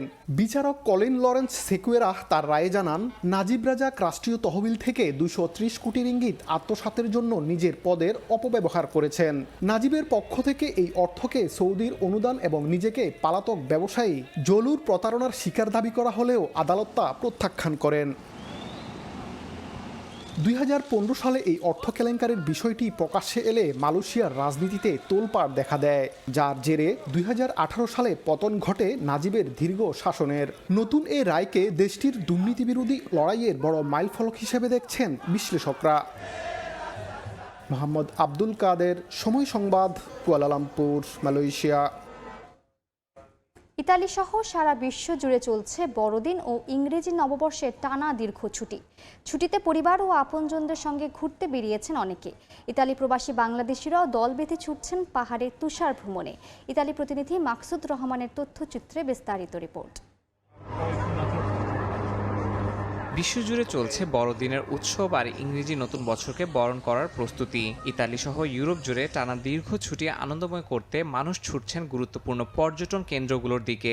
শীতকালীন পর্যটনের অন্যতম আকর্ষণ পাহাড়ের তুষার ভ্রমণ। উত্তর ইতালির আলপস পর্বতের ডলোমিতির পাহাড় চূড়ায় বরফের মায়াবী সৌন্দর্য পর্যটকদের আকর্ষণ করে। টানা ছুটিতে এবছর দল বেঁধে বাংলাদেশিরাও ছুটছেন তুষারে ঢাকা পাহাড়ের এই সৌন্দর্য উপভোগ করতে।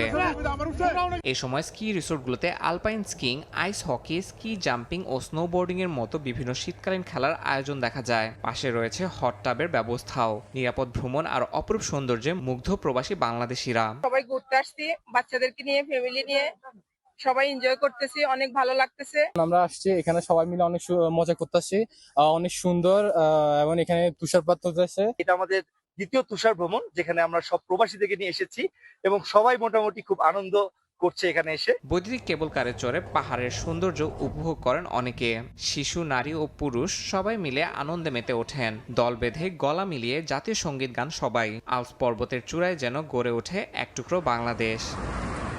ইতালি গ্রীষ্মের পাশাপাশি শীতকালীন পর্যটন ক্ষেত্রেও অত্যন্ত সমৃদ্ধ। পর্যটন কেন্দ্রগুলোর হোটেল, মোটেল ও রেস্টুরেন্টে কর্মরত রয়েছেন হাজার হাজার বাংলাদেশি প্রবাসী। সৌন্দর্য, ঐতিহ্য ও নিরাপত্তার কারণে ইউনেস্কোর বিশ্ব ঐতিহ্যের তালিকায় স্থান পেয়েছে ইতালির ডোলোমিতি পাহাড়। এই পাহাড়ের বরফ ঢাকা ভূমিতেই 2026 সালের 6 থেকে 22 ফেব্রুয়ারি বসবে শীতকালীন বিশ্ব অলিম্পিকের আসর। সময় সংবাদ, ইতালি। হাসি এখানে প্রার্থনা। জাপানের ওসাকায় শিন্তো মন্দিরে হাজারো মানুষ একসঙ্গে হেসে প্রার্থনা করেছেন সৌভাগ্য আর শান্তির। শতাব্দী প্রাচীনে ওয়ারাই শিনজি ধর্মীয় আচারে এবছরও টেনেছে বিপুল জনসমাগম। শত শত মানুষ একসঙ্গে হাসছেন। জাপানের ওসাকা প্রদেশের হিগাশিওয়াসাকায় হিরাওয়াকা শিন্তো মন্দিরে অনুষ্ঠিত হয় ঐতিহ্যবাহী ওয়ারাই শিনজি বা হাসির আচার। এই আচারটি পালন করার জন্য সকাল থেকে জড়ো হন হাজারো মানুষ। পুরোহিতের হাসি দিয়ে শুরু হয় আনুষ্ঠানিকতা, যা স্মরণ করেন উপস্থিত সবাই। প্রায় 20 মিনিট ধরে একটানা হাসি এই ধর্মীয় আয়োজনের মূল অনুশীলন। জাপানি সংস্কৃতি অনুযায়ী শতাব্দী প্রাচীন সূর্যদেবী আমাতেরাসু একবার গুহায় লুকিয়ে পড়লে দেবতাদের হাসির শব্দে তিনি বেরিয়ে আসেন এবং পৃথিবীতে আলো ফিরে আসে। সেই বিশ্বাস থেকেই প্রতি বছর শীতকালে সূর্যের উদ্দেশ্যে হাসি পাঠানো হয়। আয়োজকদের মতে এটি হাসির অনুষ্ঠান নয়, বরং আত্মসংযম, ঐক্য আর মানসিক দৃঢ়তার পরীক্ষা। যখন সবাই একসঙ্গে হাসে তখন পৃথিবী শান্ত হয়ে ওঠে। তাই আমরা একসঙ্গে হাসতেই এখানে এসেছি। এবছর 3,500 মানুষ এই অনুষ্ঠানে অংশ নেন, যা আগের বছরের তুলনায় বেশি। অনুষ্ঠানটিতে দিনভর চলে হাসির প্রতিযোগিতা ও দলগত পরিবেশনা। এই সম্মিলিত হাসির মধ্য দিয়েই নতুন বছরের জন্য সুখ, সুস্থতা ও সৌভাগ্যের বার্তা ছড়িয়ে পড়বে বলে আশাবাদ ব্যক্ত করেন আয়োজকরা। অর্জিতা শেহজিন, সময় সংবাদ। এদিকে বড় জয়ের পরদিনই মাঠে নামছে রাজশাহী ওয়ারিয়র্স। প্রতিপক্ষ ঢাকা ক্যাপিটালস। নিজেদের প্রথম ম্যাচে দারুণ কিছু করতে চায় ঢাকা। সাইফ হাসানকে নিয়ে বড় স্বপ্ন দেখছেন অধিনায়ক মোহাম্মদ মিঠুন। পছন্দমতো জায়গায় ব্যাটিং করবেন সাইফ। এছাড়া প্রথম ম্যাচ থেকেই থাকবেন IL T20 খেলে আসা তাসকিন আহমেদ। আর দ্বিতীয় ম্যাচে দলে যোগ দেবেন ইংলিশ তারকা অ্যালেক্স হেলস। সিলেটে ঢাকার প্রথম ম্যাচ শুরু দুপুর 1টায়। আকর্ষণীয় জার্সি, ক্রিকেটারদের সুযোগ সুবিধার সঙ্গে পারিশ্রমিক প্রধান। গেল বছর প্রায় সবকিছুতেই এগিয়ে ছিল ঢাকা ক্যাপিটালস। কেবল ছিল না মাঠের পারফরমেন্স, টেবিলের 6 নম্বরে থেকে শেষ করেছে আসর। এবার 12তম এডিশনে সেই আক্ষেপ গোছানোর সুযোগ ঢাকার ফ্র্যাঞ্চাইজির সামনে। গেলবারের মতো এবারও দলের ফ্যাসিলিটিসে সন্তুষ্ট ক্রিকেটাররা। স্কোয়াড নিয়েও আশাবাদী অধিনায়ক। বড় স্বপ্ন সাইফ হাসানকে ঘিরে। স্বস্তির খবর, প্রথম ম্যাচ থেকেই পাবেন IL T20 শেষ করে আসা তাসকিন আহমেদকে। ন্যাশনাল টিমে যেটা আমরা দেখেছি, সাইফকে কিন্তু বিভিন্ন জায়গায় ইউজ করা হয়, বাট আমাদের ওই রকম কোনো প্ল্যান নেই। সাইফ আমাদের প্রায়োরিটি লিস্টে অনেক উপরে থাকবে, যেন ও ওর বেস্টটা দিতে পারে। ও যেখানে কমফোর্টেবল আমরা ওই অনুযায়ী ওকে ইউজ করব। প্রথম ম্যাচ থেকেই তাসকিন অ্যাভেলেবেল। আমাদের একদম ফার্স্ট ডে থেকেই আমাদের একদম প্রপার সেট আপ চলে আসছে। প্লেয়ারদের জন্য যা যা দরকার প্র্যাকটিসের জন্য সবকিছুই অ্যাভেলেবেল ছিল। ঢাকার প্রথম ম্যাচের প্রতিপক্ষ রাজশাহী ওয়ারিয়র্স। উদ্বোধনী ম্যাচই যারা পেয়েছে বিশাল জয়, তবে সেটা খুব একটা চিন্তার কারণ নয় ঢাকার। দেশি বিদেশি মিলিয়ে নিজেদের ভারসাম্যপূর্ণ দল মনে করছেন অধিনায়ক। যদিও মিথুন প্রথম ম্যাচে পাবেন না ইংলিশ তারকা অ্যালেক্স হেলসকে। বড় নাম বলতে আসলে কি বোঝায় সেটা আমি জানি না। আমি পার্সোনালি তো বুঝি যে আমার টিমে যেইটা প্রয়োজন সেটা অ্যাভেলেবেল আছে কিনা। তো আমি মনে করি আমাদের টিমের যেই পার্ট দরকার ছিল সেই পার্টে বেস্ট পসিবল প্লেয়ারগুলোই আনা হয়েছে। ইমাদ ওয়াসিম তো আপনারা দেখেছেন, ও আগেই জয়েন করেছে। ওসমান এসেছে। অ্যালেক্স হেলস আমি যতটুকু জানি ফার্স্ট ম্যাচ পরেই ওর টিমের সঙ্গে জয়েন করার কথা।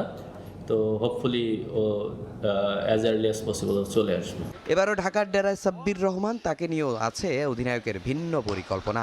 বিশ্বাস দারুণ কিছু করবেন এই হার্ড হিটার ব্যাটার। সাব্বির T20-তে খুব ইফেক্টিভ প্লেয়ার, আমরা চেষ্টা করব যে ওর বেস্টটা আমরা যেন নিতে পারি, এবং অ্যাট দ্য সেম টাইম আমি বিশ্বাস করি যে ও খুব ভালো টাচে আছে, ও ভালো করবে। এটা তো আমাদের টিমের জন্য একটা অ্যাডভান্টেজ যে জনপ্রিয় একজন প্লেয়ার আছে আমাদের টিমে। ঢাকার প্রতিপক্ষ রাজশাহী ওয়ারিয়র্স প্রথম ম্যাচে দারুণ জয়ে আছে আত্মবিশ্বাসের তুঙ্গে। এখন দেখার অপেক্ষা ঢাকা ক্যাপিটালস শান্ত বাহিনীকে হারিয়ে শুভ সূচনা করতে পারে কিনা। তামিম হোসেন, সময় সংবাদ। বিপিএল কিংবা বাংলাদেশের ক্রিকেটের ভাবমূর্তি নষ্ট হয় এমন কোনো কাজই ফ্র্যাঞ্চাইজিগুলোর করা উচিত নয়, এমনটাই বলেছেন রংপুর রাইডার্স অধিনায়ক নুরুল হাসান সোহান। 29 ডিসেম্বর সিলেট প্রথম ম্যাচে মাঠে নামবে তার দল। এখনও ঢাকায় নিজেদের হোম ভেন্যুতে অনুশীলন চালিয়ে যাচ্ছে রংপুর। ম্যাচ সিনারিওতে ব্যাটিং বোলিং সেরেছে রাইডার্স। প্রথমবারের মতো প্র্যাকটিস করেছেন মাহমুদুল্লাহ রিয়াদ। তারকাবহুল দল নিয়ে শিরোপা জয়ের স্বপ্ন ক্যাপ্টেন সোহানের। কুয়াশাচ্ছন্ন সকালে ফ্লাড লাইট জ্বালিয়েই অনুশীলনে রংপুর রাইডার্স। বিপিএল মাঠে গড়ানোর দিন প্রথমবারের মতো প্র্যাকটিসে মাহমুদুল্লাহ রিয়াদ। ম্যাচ খেলতে সিলেটে 5 দল, কেবল রাইডার্স এখনও ঢাকায়। মিকি আর্থার, আশরাফুল, রফিকদের তত্ত্বাবধানে নিজেদের মাঠ হোম অব রাইডার্সে ম্যাচ সিনারিওতে প্রস্তুতি নিয়েছে তারা। আগেই বিতর্কের জন্ম দিয়েছে চট্টগ্রাম রয়্যালস ও নোয়াখালী এক্সপ্রেস। আবার ট্রফি উন্মোচন কিংবা টিম ফটো সেশনও করতে পারেনি বিসিবি। সবকিছু মিলিয়ে হ-জ-বরল অবস্থা। তবে এসবের মাঝে 50% পেমেন্ট পরিশোধ করে বেশ প্রশংসিত রংপুর ফ্র্যাঞ্চাইজি। খুব বড় একটা চ্যালেঞ্জ এইবারে বিপিএলটা করা, মাঠের টুর্নামেন্টটা যদি কম্পিটিটিভ হয়, but at the same time আমার কাছে মনে হয় যে টিমগুলোর আরও রেসপন্সিবিলিটি বেশি থাকা উচিত, কারণ এটা একটা ওয়ার্ল্ড ওয়াইড টুর্নামেন্ট যেটা সবাই ফলো করতেছে। সো এমন কিছু আসলে আমাদের করা উচিত না যেটা আসলে ভাবমূর্তি বাংলাদেশে নষ্ট হয়। এদিন ম্যাচ সিনারিও প্র্যাকটিসে মারমুখী মেজাজে ছিলেন তাওহিদ হৃদয়। নাহিদ রানা, মৃত্যুঞ্জয় চৌধুরীদের বলে খেলেছেন চোখ ধাঁধানো শটস। হৃদয় ইফতি জুটির পর নামেন মাহমুদুল্লাহ, সঙ্গী খুশদিল শাহ। দীর্ঘদিন পর ব্যাট হাতে নেমে খানিকটা বেগ পেতে হয়েছে রিয়াদকে, তবে ধীরে ধীরে কিছুটা গুছিয়ে নেন নিজেকে। ক্যারিয়ারের এই পর্যায়েও তার উপর আস্থা হারায়নি দল। রিয়াদ ভাই হচ্ছে চ্যাম্পিয়ন প্লেয়ার, আর সব থেকে বড় যে জিনিসটা আমার কাছে বললাম যে উনি প্র্যাকটিসে জয়েন করার পর কিন্তু টিমটাও উজ্জীবিত হয়েছে, এবং লক্ষ্য যদি বলতে পারেন, আমার কাছে মনে হয় তার কাছে প্রতিটা ম্যাচই ভালো করা এবং টিম তার কাছে কি চাচ্ছে ওই কন্ট্রিবিউশন করাটা, এবং ওনার যে ডেডিকেশন লেভেল, এটা নিয়ে আসলে কোনো ডাউট থাকার কথা না। তো আমার কাছে মনে হয় উনি ওনার সেরাটা দেওয়ার চেষ্টা করবে। সবশেষে জুটি বাঁধেন নুরুল হাসান সোহান ও লিটন দাস। টি-20 বিশ্বকাপের আগে অধিনায়ক লিটনকে ফর্মে দেখতে চাইবেন সবাই, কিন্তু এদিন কিছুটা নড়বড়ে এলকেডি। আউট হয়েছেন বেশ কয়েকবার, পরে অবশ্য খোলস ছেড়ে বের হয়েছেন। বিশ্বকাপের আগে বিপিএল হওয়ায় বাড়তি মনোযোগ রাইডার্স অধিনায়ক সোহানের। জাতীয় টি-20 দলের অধিনায়ক লিটন কিংবা আইএল টি-20 মাতিয়ে ফেরা মোস্তাফিজরা থাকায় সুবিধাই হয়েছে। মোস্তাফিজ তো বাংলাদেশের জন্য সবসময় ডিফারেন্ট। আমার কাছে মনে হয় যে ও যখনই থাকে বা মাঠে থাকে, এবং যদি আমরা ন্যাশনাল টিমের কথাও বলি, সব ব্যাটসম্যানরাও কিন্তু ওকে ওইভাবে সুমিও করে খেলে। সো আমার কাছে মনে হয় যে একটা বাড়তি পাওয়া। ফুল ফোকাসটা বিপিএলে থাকবে, যেহেতু বিপিএলে আমার কাছে মনে হয় 6টা টিম খেলতেছে, সবগুলো টিমই ব্যালেন্স, এবং নাম দিয়ে আসলে ক্রিকেট খেলাটা হবে না, আমাদের মাঠে পারফর্ম করতে হবে। মূল প্র্যাকটিস শেষে আলাদাভাবে ব্যাটিং করেছেন সোহান। মৃত্যুঞ্জয়ের সঙ্গে তার ব্যাট বলের লড়াই ছিল উপভোগ্যই। একটা ও জিতছে, একটা আমি। মাকসুম আলম খান, সময় সংবাদ, ঢাকা। বিগ ব্যাশে রিশাদ হোসেনের ঘূর্ণি জাদু অব্যাহত। পার্থ স্কোচার্সের বিপক্ষে 33 রান খরচে 3 উইকেট শিকার করলেন বাংলাদেশি লেগ স্পিনার। হোবার্ট হারিকেন্সের হয়ে এই ম্যাচে এটাই সেরা বোলিং ফিগার। এমন পারফরম্যান্সের পর বিগ ব্যাশের সেরা উইকেট শিকারীর তালিকায় উঠে গেলেন রিশাদ। 4 ম্যাচে তার মোট উইকেট সংখ্যা 6টি।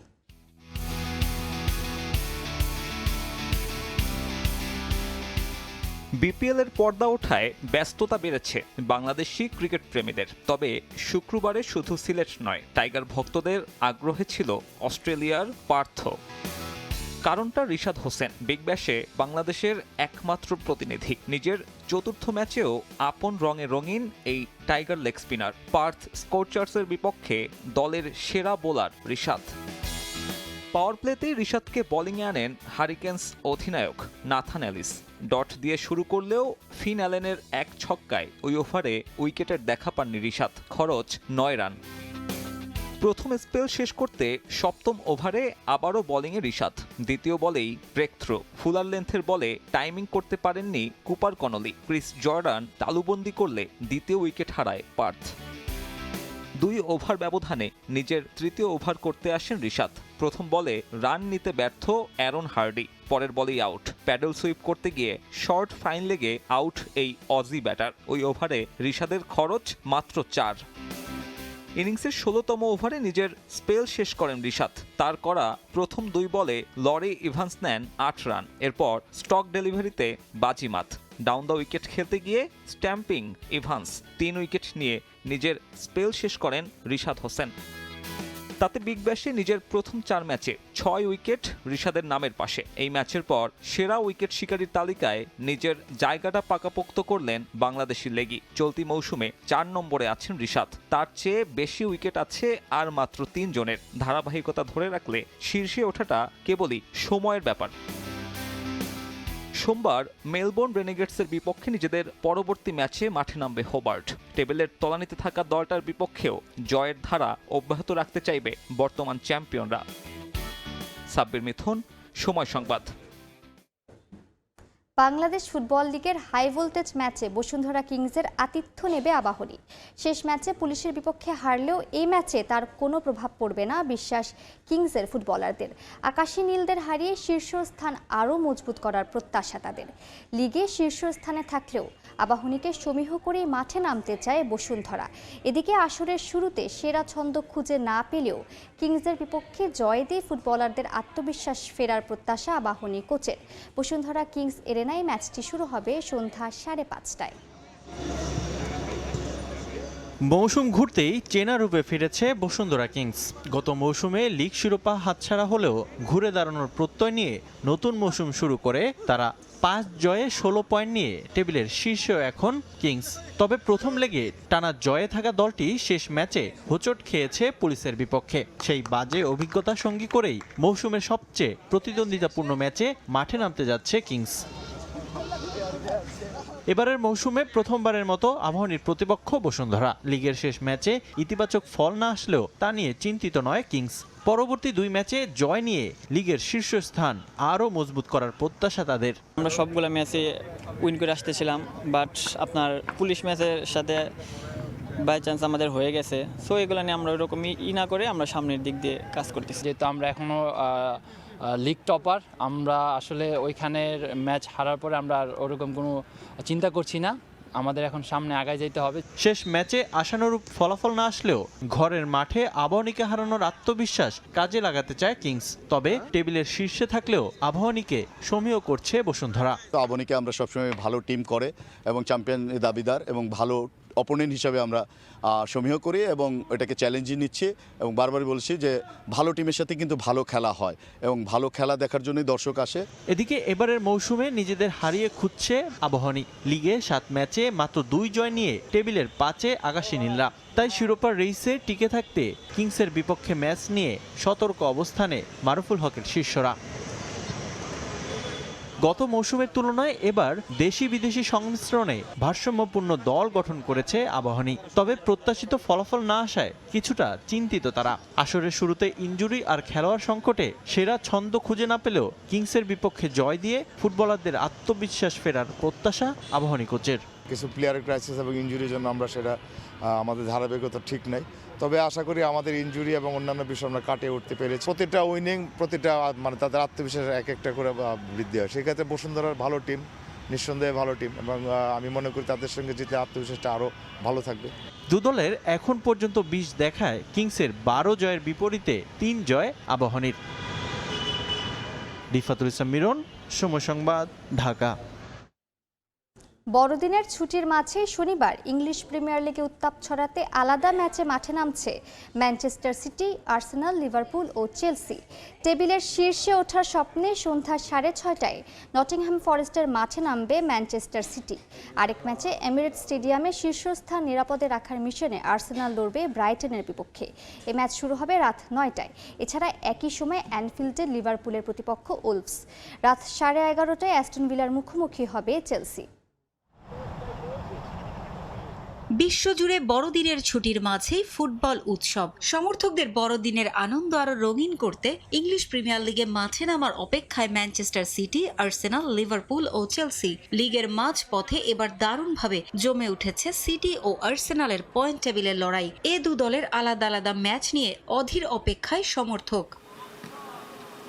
নটিংহাম ফরেস্টের মাঠে নামার আগে সতর্ক ম্যানচেস্টার সিটি। 17 ম্যাচ শেষে 39 পয়েন্ট নিয়ে টেবিলের শীর্ষে আছে আর্সেনাল। সমান ম্যাচে 2 পয়েন্ট কম নিয়ে 2-এ আছে ম্যানচেস্টার সিটি। আর্সেনাল পথ হারালে নটিংহ্যামকে হারিয়ে ব্যবধান রেখে শীর্ষে উঠে যাবে সিটিজেনরা। সব ধরনের প্রতিযোগিতা মিলিয়ে টানা 7 ম্যাচ অপরাজিত আছে ম্যানচেস্টার সিটি। এই 7 ম্যাচে দল গোল করেছে মোট 21টি। প্রিমিয়ার লিগের সবশেষ দু দলের দেখা হয়েছিল এবছর 28 মার্চ। সে ম্যাচে নটিংহ্যাম ফরেস্টের কাছে 1-0 গোলে হেরেছিল সিটি। তবে এফএ কাপে দেখা হওয়া দু দলের সবশেষ ম্যাচে সে হারের জবাব কড়ায় গন্ডায় দিয়েছিল পেপ গার্দিওলার দল। মুখোমুখি পরিসংখ্যানে 45 জয় নিয়ে এগিয়ে আছে সিটি, 34 জয় আছে নটিংহ্যাম ফরেস্টের। 28টি ম্যাচ হয়েছে ড্র। পরিসংখ্যানের পাতায় চোখ রেখে প্রতিপক্ষকে হালকাভাবে নেয়ার মতো ভুল করতে চায় না ম্যানচেস্টার সিটি। টেবিলের শীর্ষে ওঠার লক্ষ্যে বড় জয় চোখ তাদের। গুরুত্বপূর্ণ ম্যাচে গার্দিওলার সিটির মাঝ মাঠে থাকা প্রায় নিশ্চিত তেজারি রাইন্ডার্স, নিকো গঞ্জালেস ও বার্নার্দো সিলভার। Phil Foden, Haaland, Savinho, Rayan শেরকিদের একাদশে থাকার আভাসও দিয়েছেন কোচ। আফ্রিকান নেশনস কাপের কারণে খেলতে পারবেন না ওমর মারমুশ ও রায়ান আত নুরি। থাই ইনজুরি থেকে এ ম্যাচে ফিরছেন জন স্টোনস।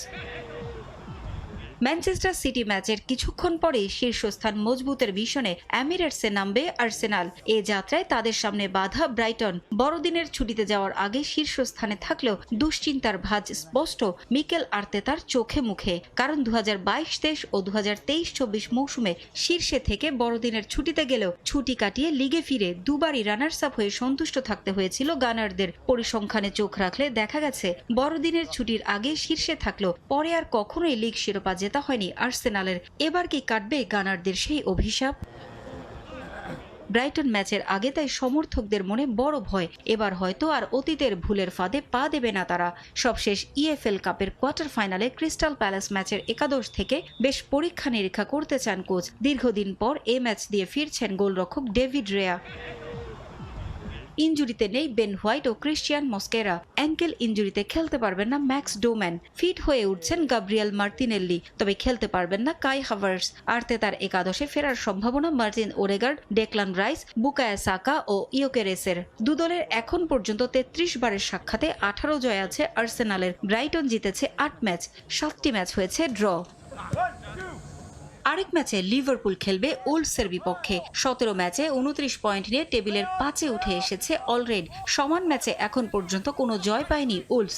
2 পয়েন্ট নিয়ে 20 দলের মধ্যে সবার নিচে অবস্থান তাদের। প্রতিপক্ষ দুর্বল হলেও কোনো ছাড় দিতে চান না আর্নে স্লট। কোচের সঙ্গে সম্পর্কের তিক্ততা কেটে গেলেও আফ্রিকান নেশনস কাপের কারণে খেলতে পারবেন না মোহাম্মদ সালাহ। এছাড়া আলেকজান্ডার ইসাকের পা ভেঙে যাওয়ায় মন ভালো নেই সমর্থকদের। তবে বাকিরা মুখে আছেন দলকে জিতিয়ে টেবিলে এগিয়ে নিতে। পারভিন আক্তার, সময় সংবাদ। এ পর্যায়ে শীর্ষ সংবাদগুলো জানিয়ে দিচ্ছি আরেকবার।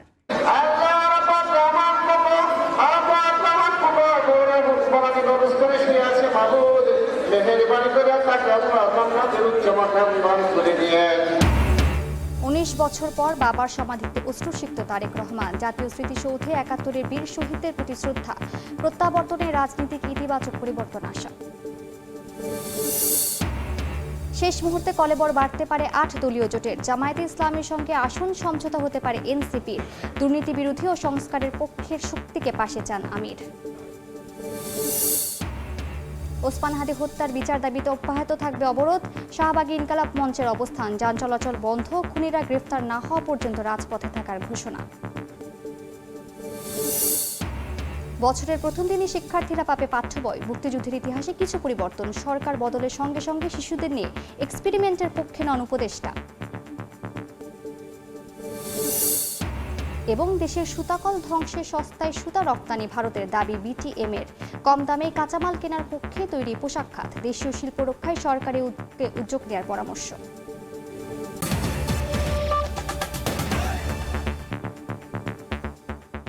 এই ছিল ভোরের সময়